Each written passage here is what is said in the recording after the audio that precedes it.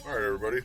Welcome to another episode of Interviewing Humanity. As usual, I'm your host, Sledge Knuckle, and tonight we're cracking open one of the oldest lies ever sold to us: that we are hopelessly, fundamentally different from one another. That there is an unbridgeable gap between cultures, between political sides, between the haves and have-nots, between us and them. That lie has been the fuel behind centuries of conflict: class division, colonization, propaganda, segregation, and genocide. It's been sold in every flavor: race, religion, nation, class, gender, neurotype, you name it. The system is twisted into a wall. But tonight, we're to tear down those walls. So here's the trick: if they can convince us that our neighbor is the enemy, they don't have to lift a finger. We divide ourselves. We police each other, fear one another. We hoard safety and power instead of building collective strength. But when you zoom out, you stop reacting to the differences and start asking why they've been weaponized, you'll see it. We've been played, manipulated, and programmed. Because the truth is, our pain is shared. The working poor in rural Appalachia and the unhoused trans kid in San Francisco both live under systems that treat them as disposable. The soldier in Baghdad and a protester in Portland might both think the other is a threat, but in truth, they've both been used by the same war machine. A single mom hustling two jobs and the immigrant picking crops in the sun aren't enemies. They're survivors of an economic system designed to keep them barely afloat and isolated from one another. And yet, across cultures, classes, and labels, we all want the same basic things: safety, dignity, love, community, freedom. So what happens when we stop buying into the division? When we start recognizing our collective humanity? That's the conversation we're going to have tonight. And I've got a rotating panel of folks, as usual, same general citizenship. um, what was I saying? Oh yeah, some of these folks have never shared a space with me, which is fine. Thanks for the follow. Um, and they're going to help us peel back the programming, reflect on our lived experiences, and see if we can't just find common thread tying us all together. This episode isn't about kumbaya nonsense, by the way. It's not utopian naivety. It's about getting real, because if we're ever going to face the crisis ahead, from climate collapse to fascism to economic implosion, we better start by recognizing that unity is not optional. It is survival. So open your ears, check your assumptions at the door, and lean on in, because we aren't as different as you've been led to believe. Let's get into it. So first things first, we're going to talk about manufactured division. Um, and we'll start with the divide and conquer tactic, which is the oldest trick in the book. Ruling classes have always used division to stay in power. The Roman Empire deployed the divide et impera protocol, which pitted tribes against each other. Colonial empires incited racial hierarchies and tribal rivalries to weaken unified resistance. And the U.S. has used race and class divisions through redlining, segregating, education, and labor exploitation to ensure that the poor never organize as one force. Even today, corporate interests fund political lobbies that encourage cultural wedges to distract from economic injustice. And the next part of this is media echo chambers and algorithmic isolation. Modern division isn't just policy, it is profit. Algorithms reward outrage. News channels cater to identity bubbles, and the more emotionally reactive we are, the more clicks, views, and ad dollars they get. Social media creates an illusion of choice while reinforcing silos. You're fed the version of the world that will keep you scrolling, just not the one that will help you grow or unify. And then they've utilized identity as a weapon. Terms like welfare queen, illegal, terrorist, or incel turn nuanced humans into enemies. It becomes easier to hate someone when we reduce them to a caricature. These labels are wielded by both institutions and communities, creating divisions where empathy should exist. So my first question for the panel today is, can you remember a time when you found out someone you disagreed with wanted the same thing you did? And we'll start off with Loon.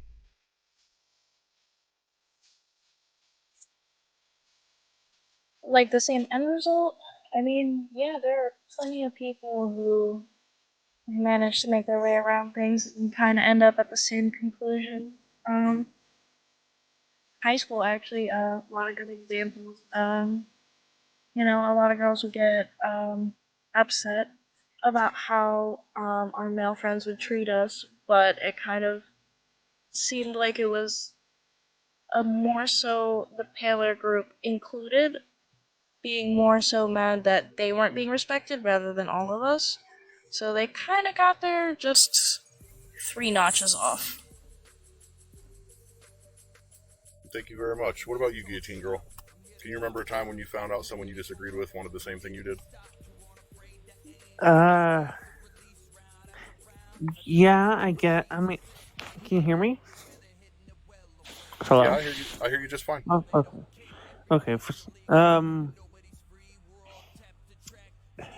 Honestly, I guess a lot more recently with the debate lives.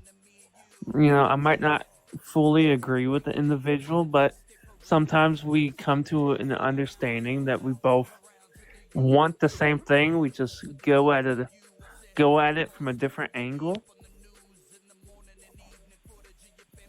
Okay, thank you very much. What about you, Torstag? Can you remember a time when you found out someone you disagreed with wanted the same thing you did?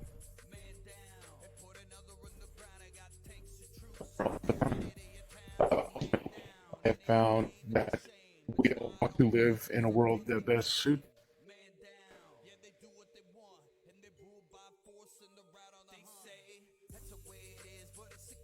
You were clipping really bad there for a second, bud. Can you repeat that?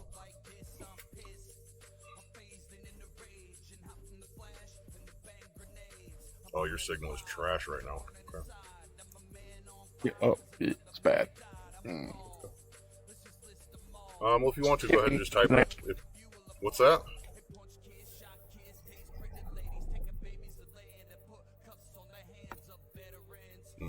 Difficult. If you want to just type it out in the chat, man, go ahead.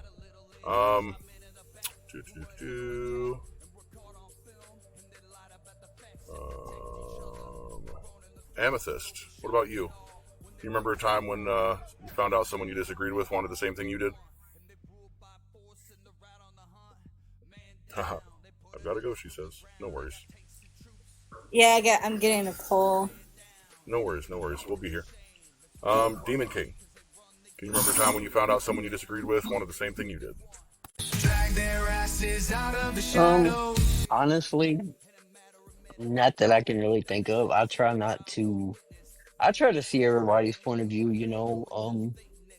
and if it agrees with me, then it agrees with me. If it don't, then, that's not really, I'm not one to try to force somebody to, come to the same conclusion with me or want what I want. It's just more of, if you want it, then that's fine. If not, then, that's also fine. It's your life, your choice. I can't control it, Absolutely, and thank you very much. Rotary Doc, you remember a time when you found out someone you disagreed with wanted the same thing you did? I don't know. I guess I don't have like a specific time in mind, but that's certainly been my experience in debating a lot of things with a lot of different people on the internet, especially when it comes to like stuff that's divided amongst like the two major political parties in the United States. A lot of times we all can agree that there is a certain issue here. Different people have different ideas about how to go about solving that.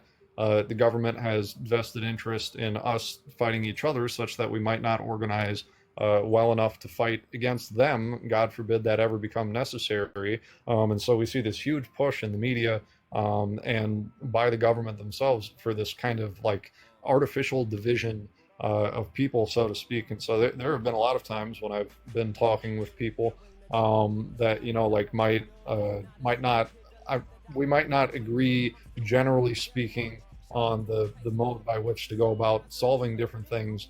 But at the end of the day, we see there's a problem here. We all want it fixed. The question is how. So yeah, that's. Thank you very much, buddy. What about you, Durf? Can you remember a time when you found out someone you disagreed with wanted the same thing you did? When I talk to people who have like different, both spiritual and political ideologies than I do, it seems like they just want what's best for people. And they just might have a different way they think of going about doing it. One of us might be fooled or whatever, but that's what I think. Okay, thank you very much. Back up to Loon. How have you been taught to fear or hate people who are different? Because even from a young age, we're constantly shown that there are consequences for being different, and I feel like a lot of people didn't have the right to be unique in any sense, and so kind of get defensive and angry around other people doing so because it triggers them in a way they can't even explain.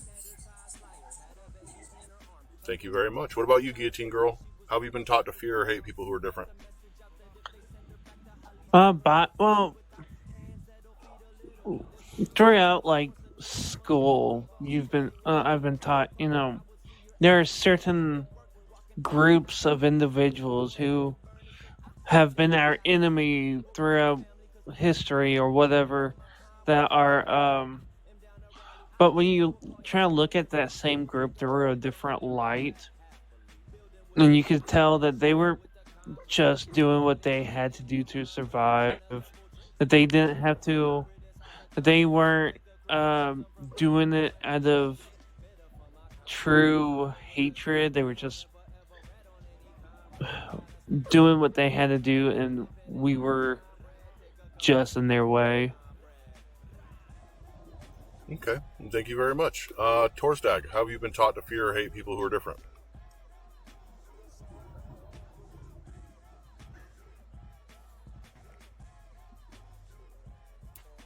The signal holds out.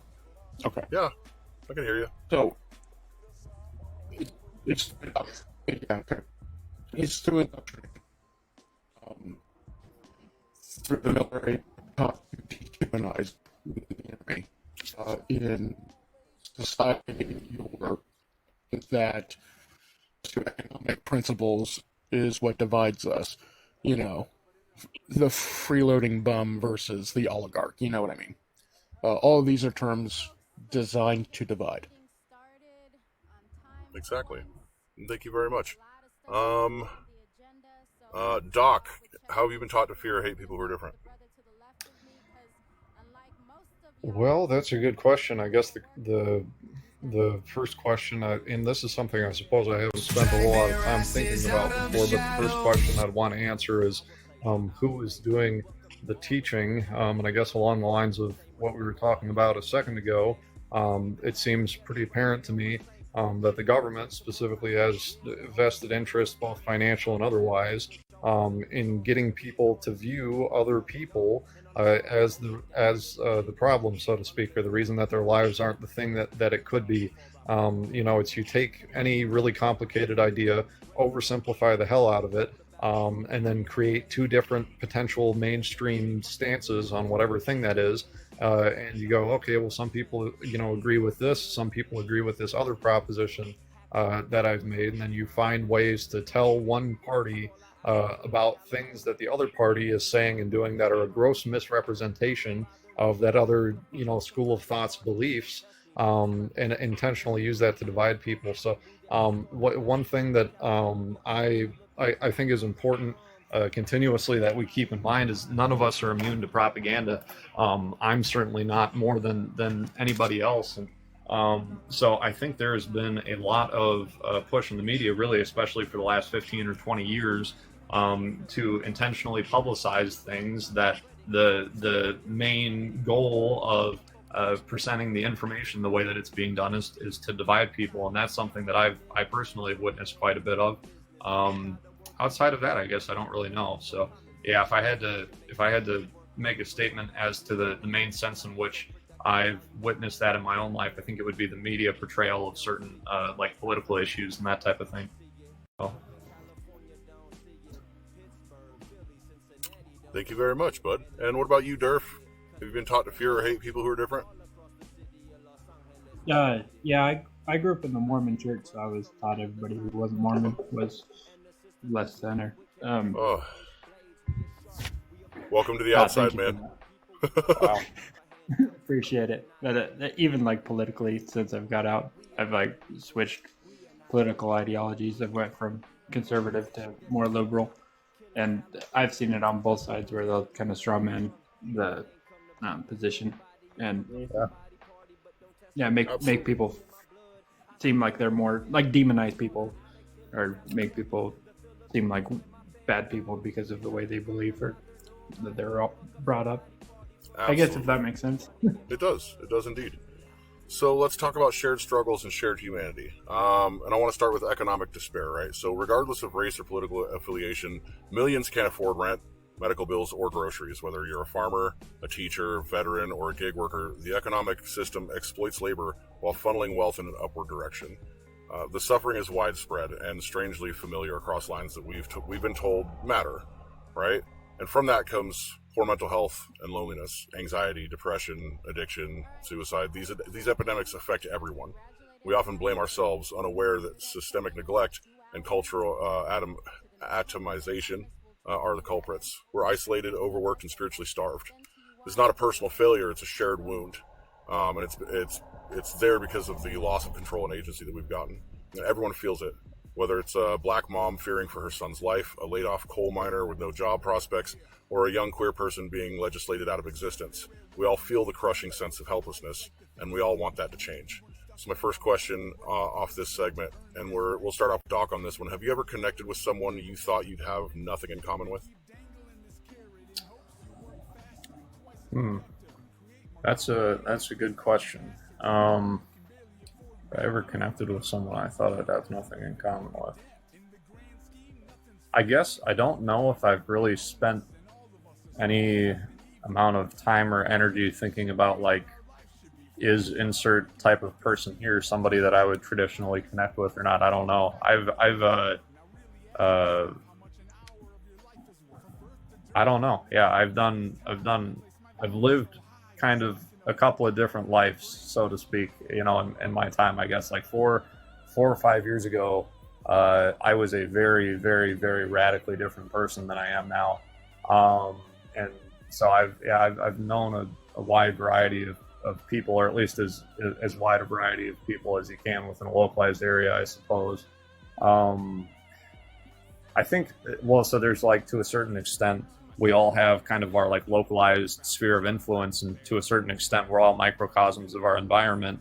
And so, like, if I'm like a fisherman living on the coast somewhere and, like, going out in the boat and, like, fishing every day to catch fish, and this is how I provide for my family, I'm probably not super likely to happen to meet somebody who works as, like, a gold miner in Alaska, for example, outside of, like, the internet. And maybe that's the best example of that I have in my own life, I guess. The internet is a pretty amazing tool for connecting people all over the world. And so I've had a lot of really great conversations with a lot of people that I probably wouldn't have otherwise ever gotten to meet. So that's pretty cool. Fantastic. Thank you very much. What about you, Loon? Have you ever connected with someone you thought you'd have nothing in common with? Yeah, actually, one of the times I was in the M hospital, there was this, like, super crotchety old guy named Vernon, and, like, I really didn't like him at first because he was, like, really rude to everybody.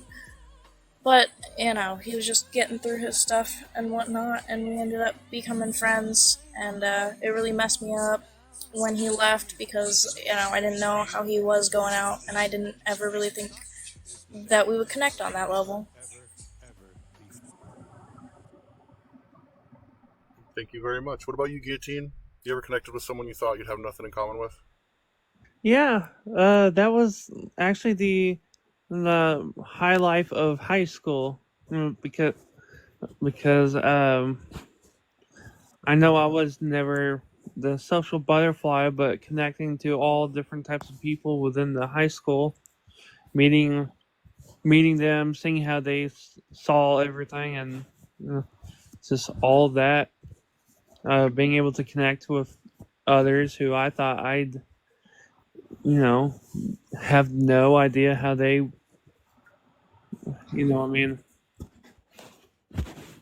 just high school truly is a melting pot of personalities. Okay. Thank you very much. What about you, Torstag? I see your signal's a little choppy at the moment, but you ever connected with someone you thought you'd have nothing in common with? Well, to put it simply, I'm everyone's friend until they give me a reason not to be. So, I would assume that I do have things in common with everyone. So, I don't know if I can answer that. Fair enough. What about you, Durf? You ever connected with someone you thought you'd have nothing in common with?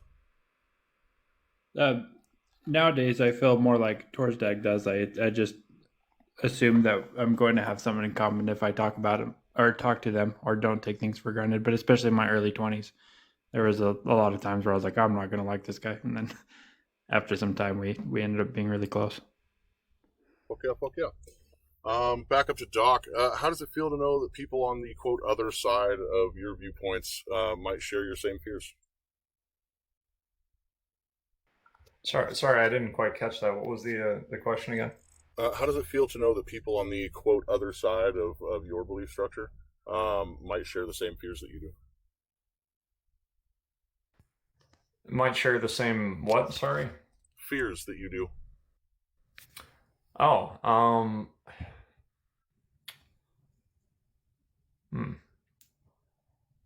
I guess in a certain sense that kind of gives me some hope, right? And I'm not certain that I have like a very specific example of that. But fundamentally speaking, going into a conversation with anybody, regardless of whether we on whole agree or disagree about any subject, I like to generally presume that for the most part, people are sensible, logical, reasonable people, and that can be one great example of substantial evidence of that, right? And so it's kind of what I was saying earlier. It's we might both agree that there's insert issue here, but we've got different ideas on how to solve it. Somebody having the same concerns about potential outcomes and that type of stuff. That's a great example of ways in which we're on the same page. And I think if we're going to really properly come together, whether that be locally or at a state level or at a national or global level to solve whatever insert issue here, in some sense we do have to be on the same page about what the issue is and what would constitute a viable answer to that question. And so I think noticing that, I guess, purely as an observation, that'd be something that would give me a bit more hope that the solution that we're looking for is one that can be derived from the conversation we're currently having. So, yeah. Fantastic. Thank you very much, Bud. Hey, Loon, how does it feel to know that people on the other side of your belief structures might share the same fears you do?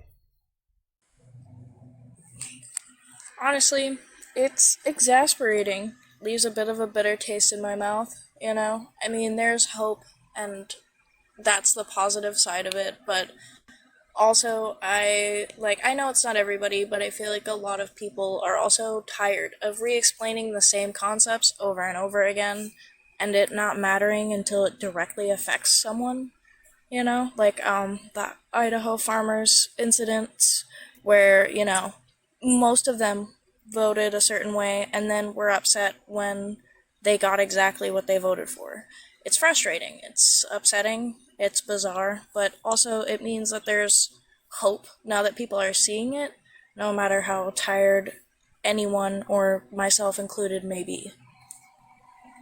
Fantastic. Thank you very much, Bud. Guillotine, how does it feel to know that people on the other side of your belief structures might share the same fears you do? Honestly, I have no idea. To be 100 with you. Okay.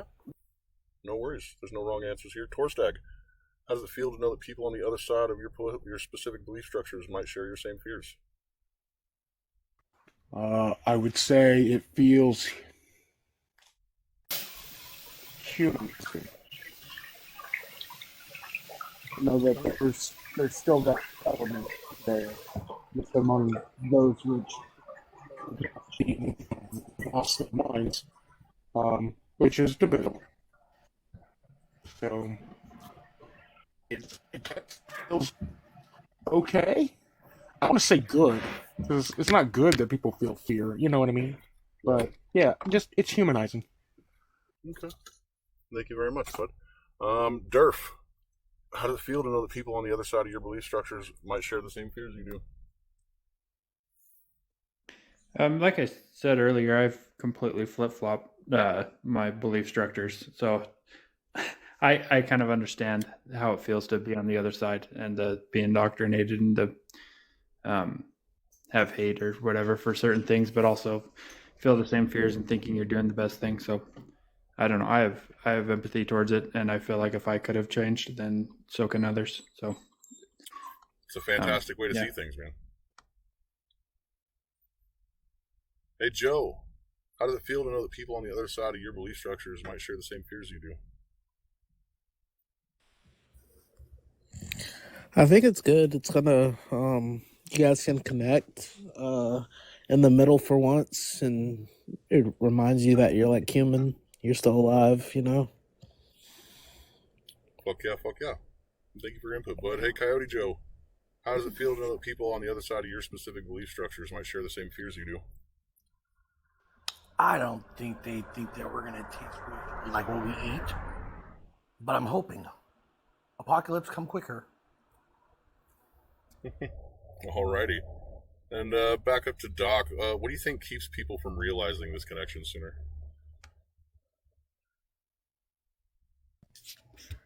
What do I think keeps people from realizing this connection?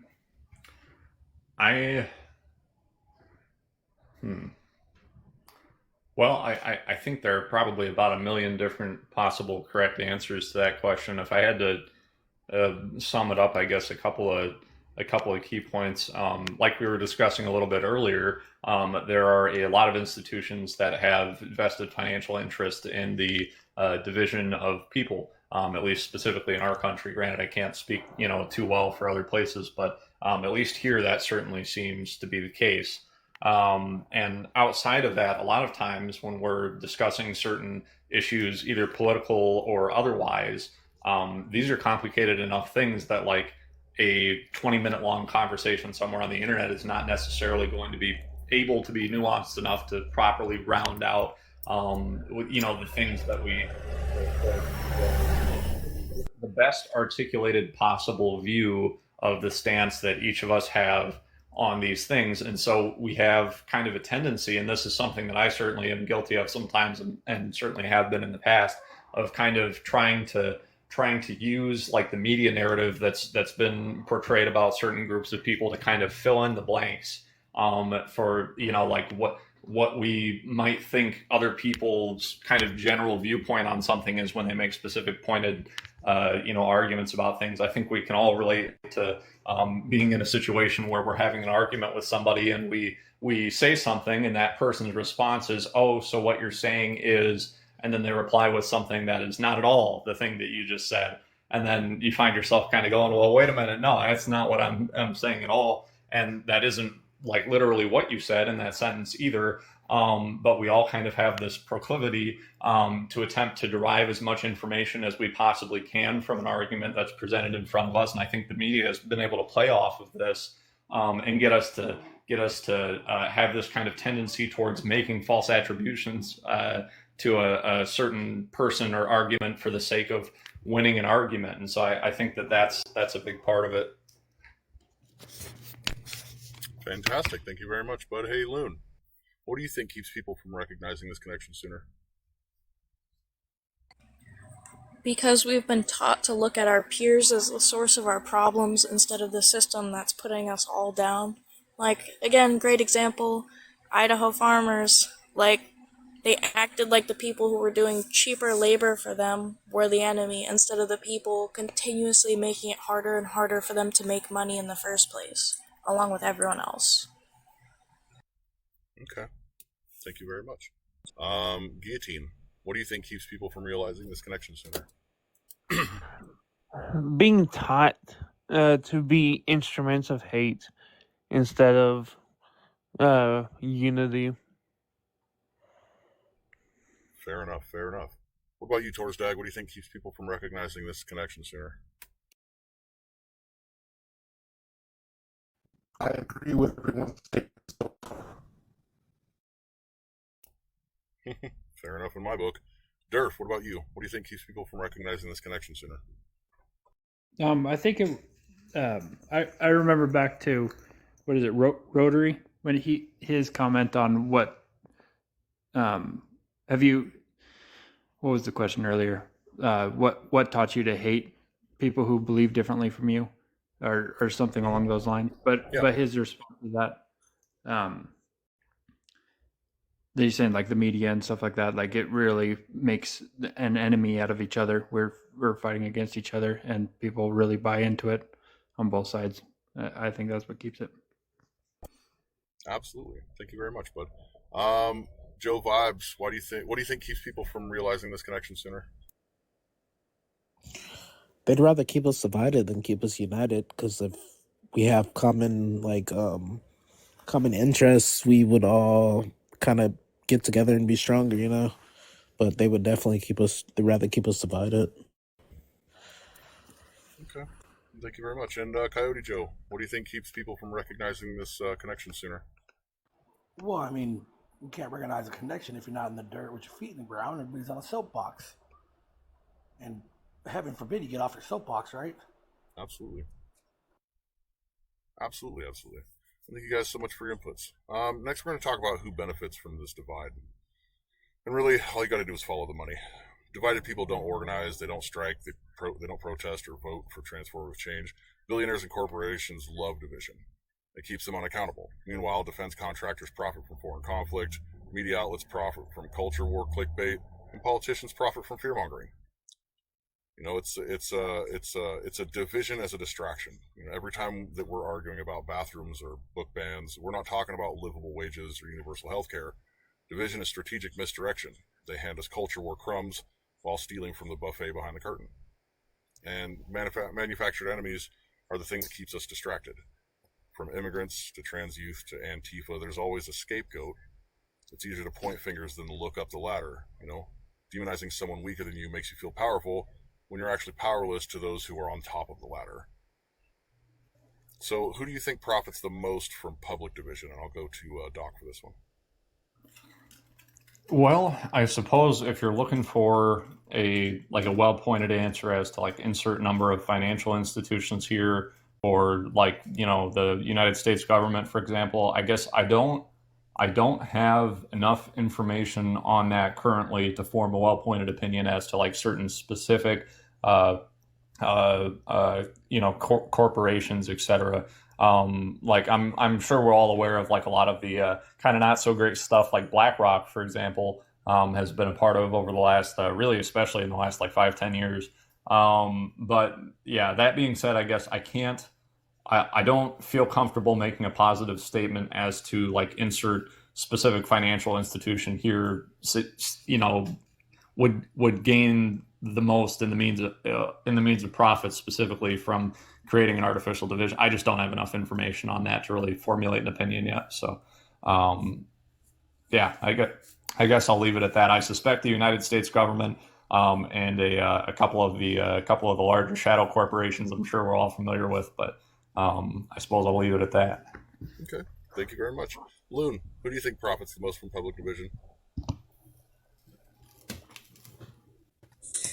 Honestly, it's all of the unjustifiably wealthy and the unresponsibly powerful people. All of them. I mean, that includes, you know, certain militia forces, the government, certain company heads that have way too much money for it to make sense with everything going on. Okay. Thank you very much. Guillotine Girl, who do you think profits the most from public division? The rich and powerful.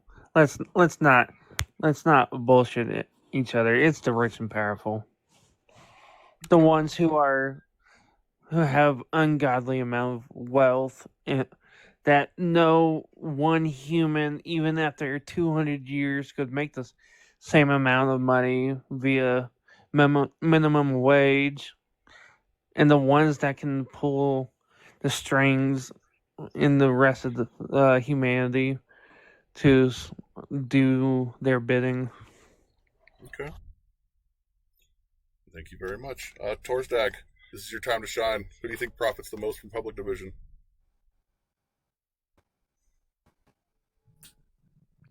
The ones who profit the most from public division are the ones who are in power of private organizations. Okay. Thank you very much, Torsdag. Durf, who do you think profits the most from public division?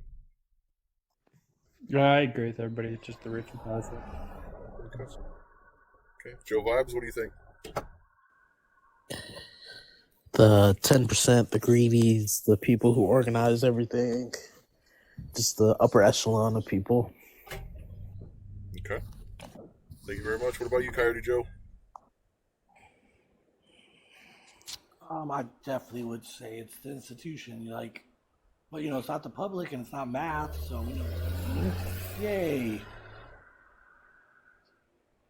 Okay. The system, though. The system always wins, right? Absolutely. Back up to Doc. What's a real issue that we've ignored because of fake distractions? All right. What is a real issue that we ignore because of fake distractions? Well, I'm trying to think of what would be the most kind of on topic thing here.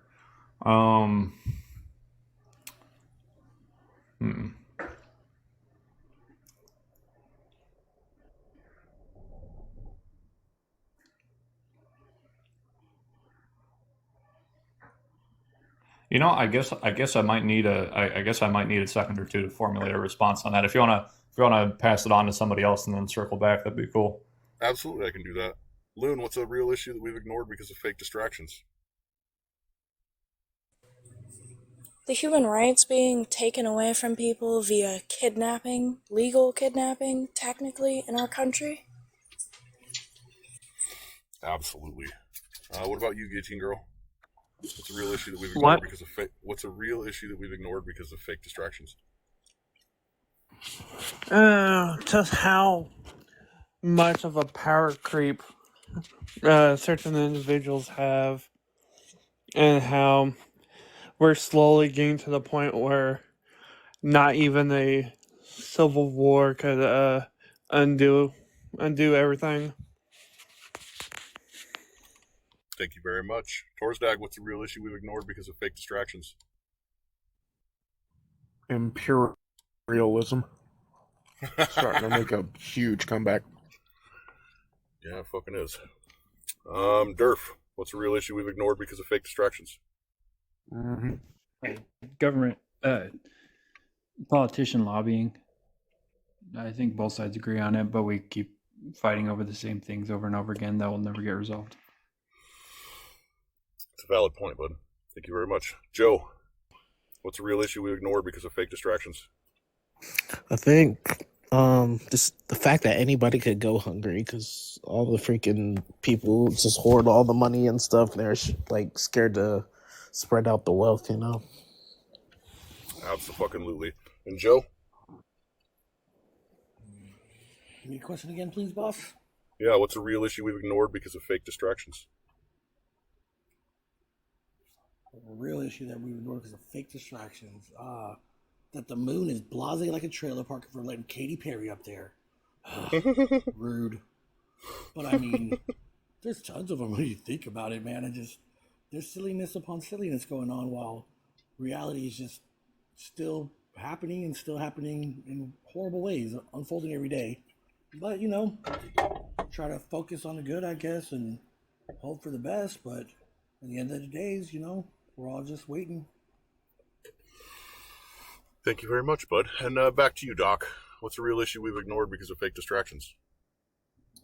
So, fundamentally, one of the large functions of the criminal justice system is meant to be to alleviate the burden of revenge from victims of crime. But just as the rest of the United States government, the criminal justice system today operates for the sake of profit. And as such, it is largely gotten away from the intended purpose of the structure as a whole. There is serious reform needed in every aspect of that. I guess without diving into anything too crazy, I don't want to go on like a 10-minute long rant here. But like, for example, it's people love to claim that like, oh, the purpose of like taking somebody and putting them in prison for 5 years, 10 years, and then letting them back out is supposed to be rehabilitation, for example, but we don't act as though we believe that's true. As a matter of fact, you have an established life here somewhere. Maybe you've got a family to take care of, and you know, you've got a job somewhere and maybe you're renting an apartment or you've bought a house or whatever it is, you have financial obligations, and that might include providing for other people. All of a sudden, you know, the government deems you guilty of some crime, a large number of which are victimless, which I don't believe that that should be a thing in the first place. The idea of a victimless crime is terrible. And suddenly you're removed from that situation for 5 years. The entirety of the structure of the kind of life that you've built there previously is now gone. And not only that, but if you've been convicted of certain types of crimes, especially felonies, that is now a stamp on your record that is going to make it incredibly hard to find gainful employment somewhere. I mean, especially in today's economy, gainful employment such that you might be able to provide for the people that depend on you. And so that is something that's been on my heart for a long while now, and it's something that I intend to do everything in my power to take a bite out of, so to speak, in the city that I'm from. Yeah, so that's kind of a big one in my opinion. Okay. Thank you very much. Give me just a moment if you don't mind.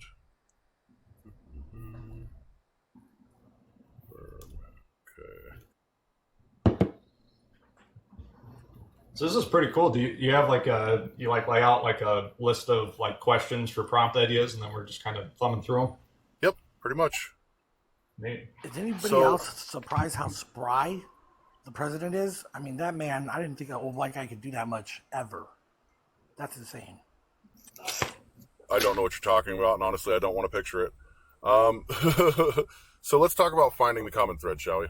So everyone has basic needs and deep wants. No matter where people come from, they want the same things: security, connection, and purpose. A parent in Texas and a refugee in Syria both want their children to be safe and happy, and we've been led to believe that our differences cancel that out, but they don't. And the way we can heal this division that should not exist is through conversation like we're having here. So many breakthroughs start with one honest conversation. When we listen instead of react, we often realize that we're not enemies. We're just human beings with different paths to the same needs. And with that comes the power of solidarity, right? History shows that change happens when people unite. Civil rights, labor laws, decolonization, and marriage equality all came from unlikely alliances, right? Solidarity across differences is the most powerful tool we have. So my first question from this segment, take it back up to Doc. What's a time that you've had a real conversation that changed your perspective? Well, let's think about that, I guess. I guess all of the like relatively, all of the examples of that I can think of in the relatively near past, I suppose a lot of that is pertaining to like certain like scientific things.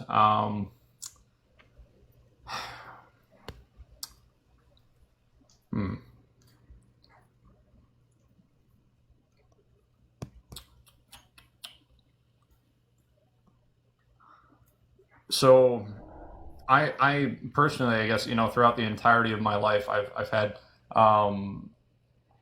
my intent when it comes to any sort of like belief system that I formulate, whether that be like theological, scientific, political, whatever it is I you know, kind of use the interpretive structure that I've built to make sense of the world, to assemble facts and information in a way that I might be able to extract useful information from these things. And, you know, upon that you build a series of presumptions that allows you to interact with the world, right? And continuously for all of us, whether we know it or not, these are things that are constantly changing and evolving as we live in the world. I guess when it comes specifically to political ideology, it's certainly been my experience that that's been the case in an articulated manner. But a lot of that, I will say, I guess a lot of that has been largely the result of, like, so when I was younger, like when I was like way younger, I might have had a tendency to say like, oh, you know, I more so associate with like insert political party A or insert political party B. I would say that that's certainly not the case anymore, at least for myself. And I don't know that that's been the result of like any singular conversation I've had with anyone, I guess. It's maybe been the result of like an amalgamation of a lot of different conversations I've had with a lot of different people, and then also researching things independently and then having debates with people about this type of stuff. You know, you want to take your own ideas and bash them against the rocks, so to speak, and observe the structure of what remains thereafter, and like that's the foundation upon which to build an argument for something. And so yeah, I guess I would say that I don't know there's been a singular interaction in my experience. Yeah. Okay, thank you very much. Loon, what's the time you've had a real conversation that changed your perspective?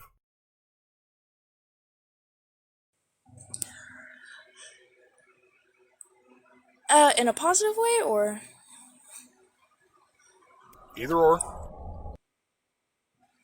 Okay, yeah, no, I mean, I guess a good example would... My dad, default? Yeah, I remember having a conversation with him, one time about, something I didn't feel like was on me, and he kept insisting that it was because I had some responsibility in it. And it just made me realize that not everybody, regardless of what they say, is really gonna be on your side when it counts, And I mean, it's an important lesson, that's for sure.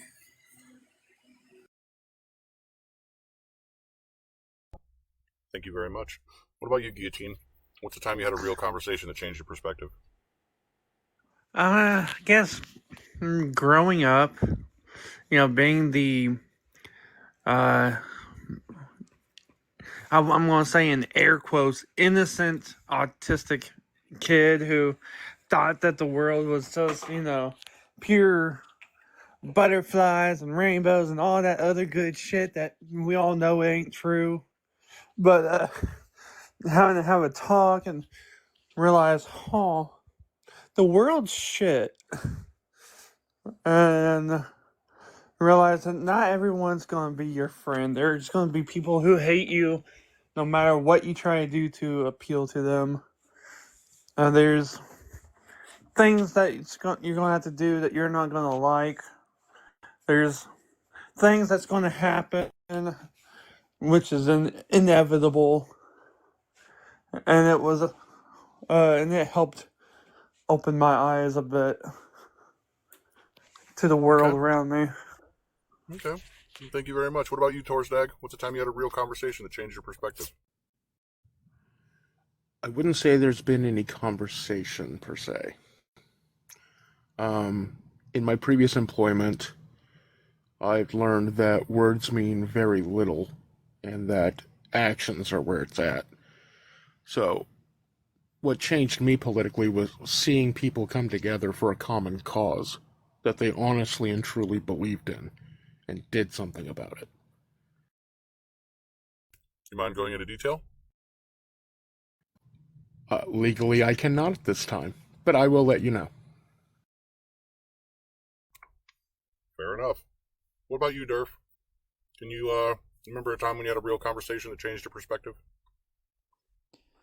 I honestly think my perspective changed over like a series of a lot of long, like, true conversations, and then doing my own research and study on my own time.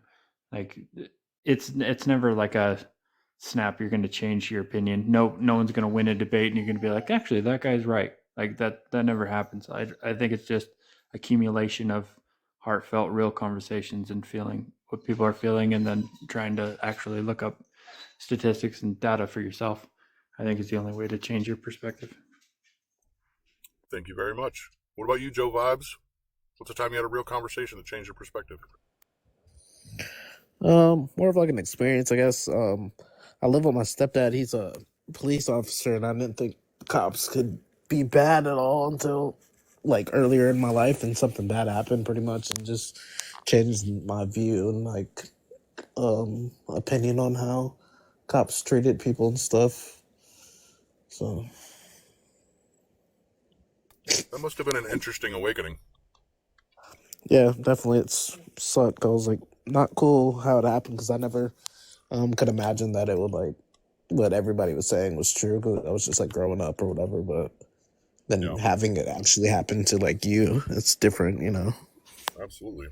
Thank you for sharing, bud. What about you, Coyote Joe? What's the time you had a real conversation that changed your perspective?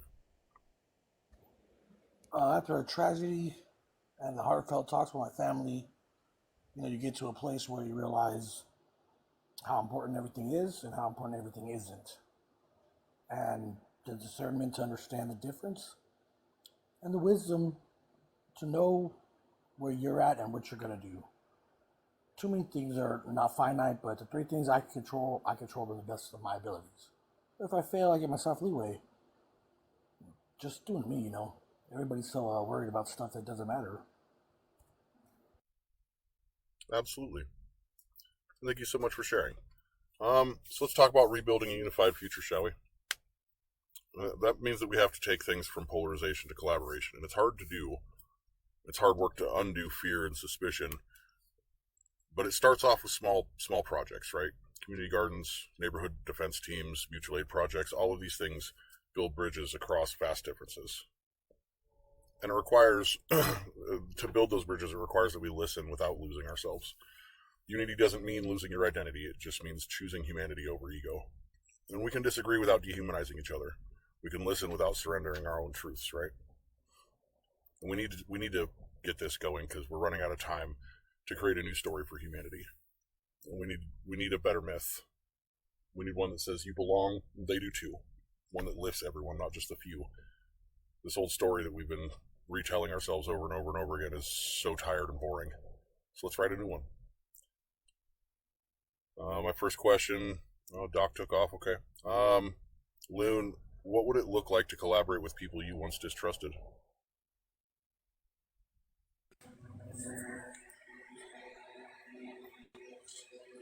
I mean, I don't know how to put this. It's not like I don't already, to an extent. There are certain people maybe I haven't been as open to accepting around. I guess that would be more so a lot of work. A lot of work. Because I can be empathetic to people who are willing to change, I can start somewhere with that.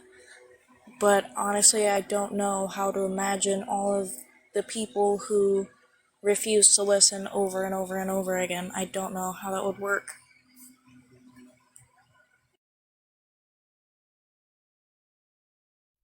Yeah, it definitely seems like a daunting task. What about you, Guillotine? What would it look like to collaborate with people you once distrusted? Can you repeat that last part for me? Yeah, what would it look like to collaborate with people you once distrusted? Honestly, I think it would be a good thing.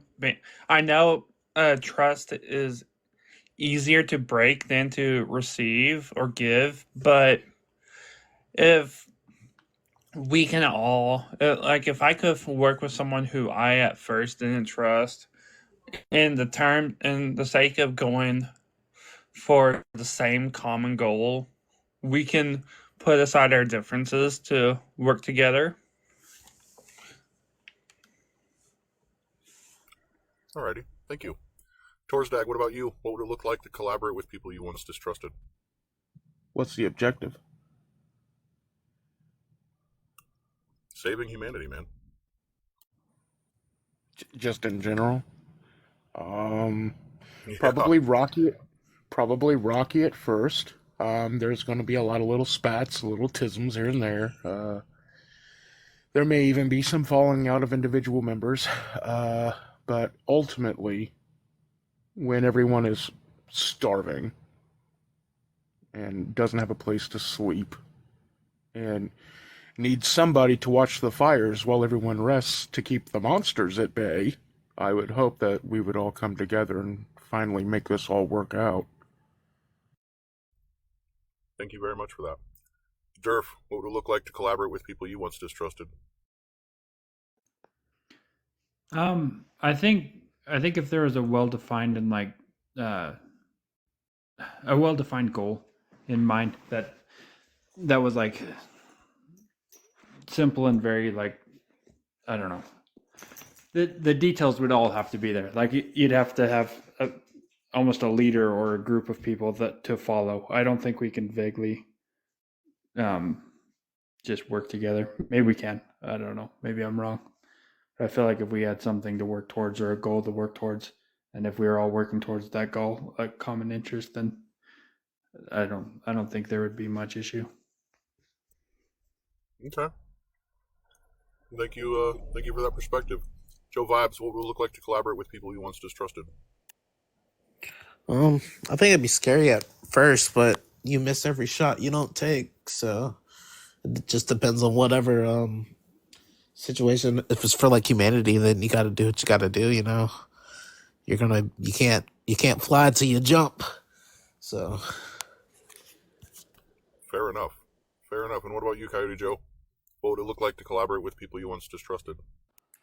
It would be like the 100 versus 1 gorilla situation, except with randos. Like nobody I knew, just random people from random TikToks. We'd have to get on the same page, or we'd be gorillaed. But that's life sometimes. A 400-pound gorilla trying to tear you apart. Yay! God damn it, man. Thanks for that, Joe. Loon, how do you think we could build new stories of who we are as people?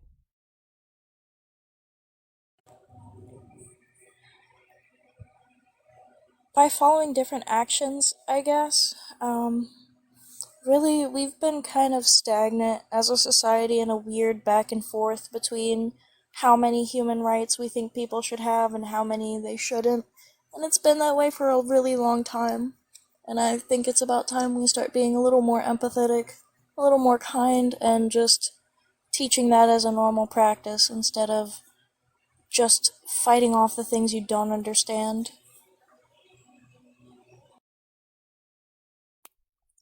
I can agree with that. Guillotine Girl, what role can you play in healing divisions where you are?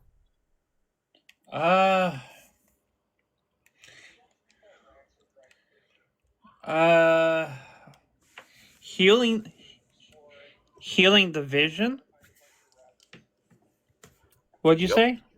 What role can you play in healing divisions where you are? Honestly, I have no idea because I feel like there's a few things we can do. It's just whether or not we put our minds to it is the real problem.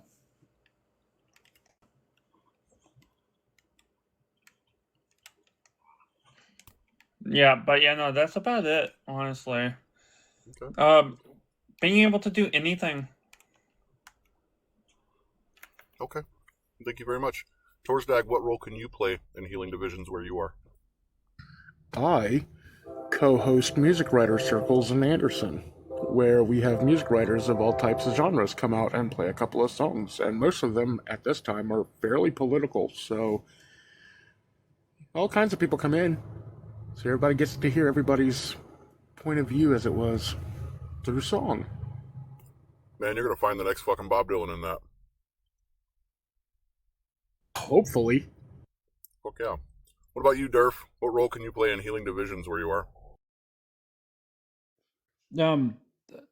I'm a construction worker in a red state, so I have a lot of opportunities to talk to people that believe differently than me, and I do a lot.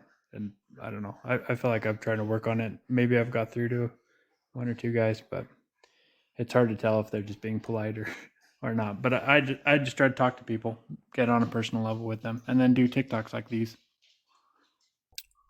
Fuck yeah. Fuck yeah, fuck yeah. And keep that shit up.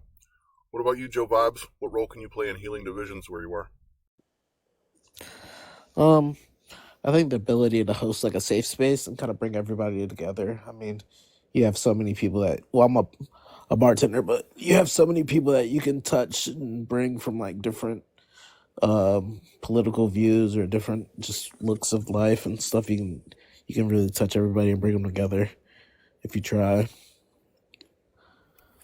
Fantastic. And what about you, Joe? Coyote Joe?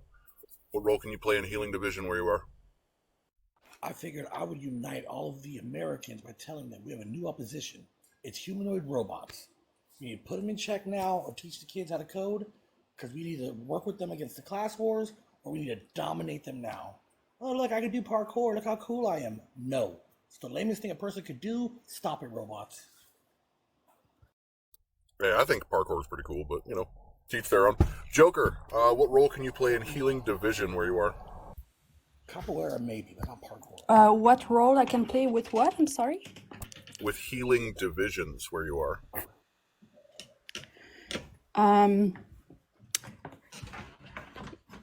Sorry, my brain is trying to process the question. Can you rephrase it? Yeah. If there was a divide between a couple groups of people in your area, what role could you play in bridging that divide? Oh my God. Yeah, I would say because there is division right now.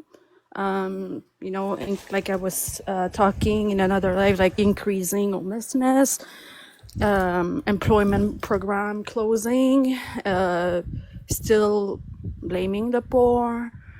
The poor should work, or while they don't work, or me at the same time, I'm like, okay, I'm not listening to them, and I'm gonna not create, but continue my grassroots, my mutual aid.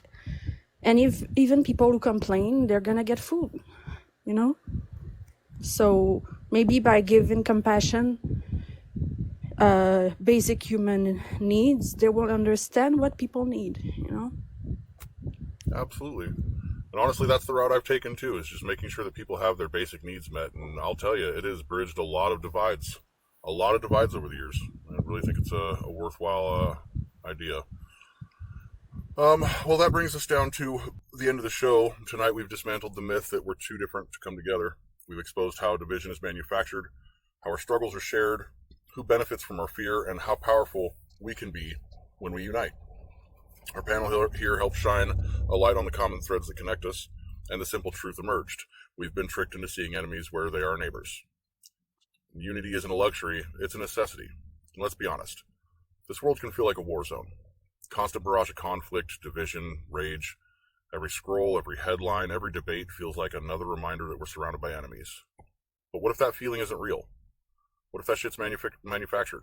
What if we've been trained by institutions, media, and even the trauma passed down through generations to see each other as threats instead of teammates?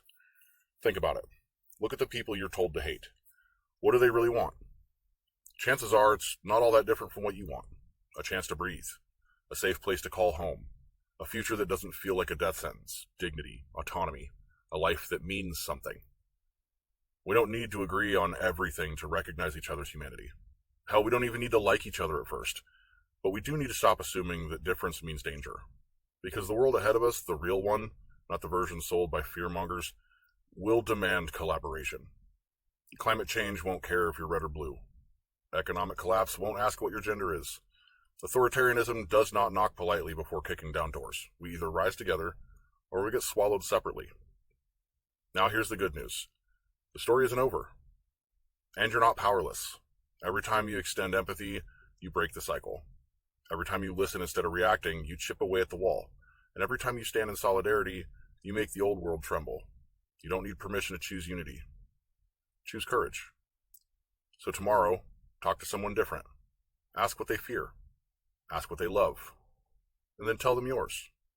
Because we aren't as different as we've been led to believe. And maybe, just maybe, that's the one thing they never want us to figure out. Thanks again for joining me on another episode of Interviewing Humanity.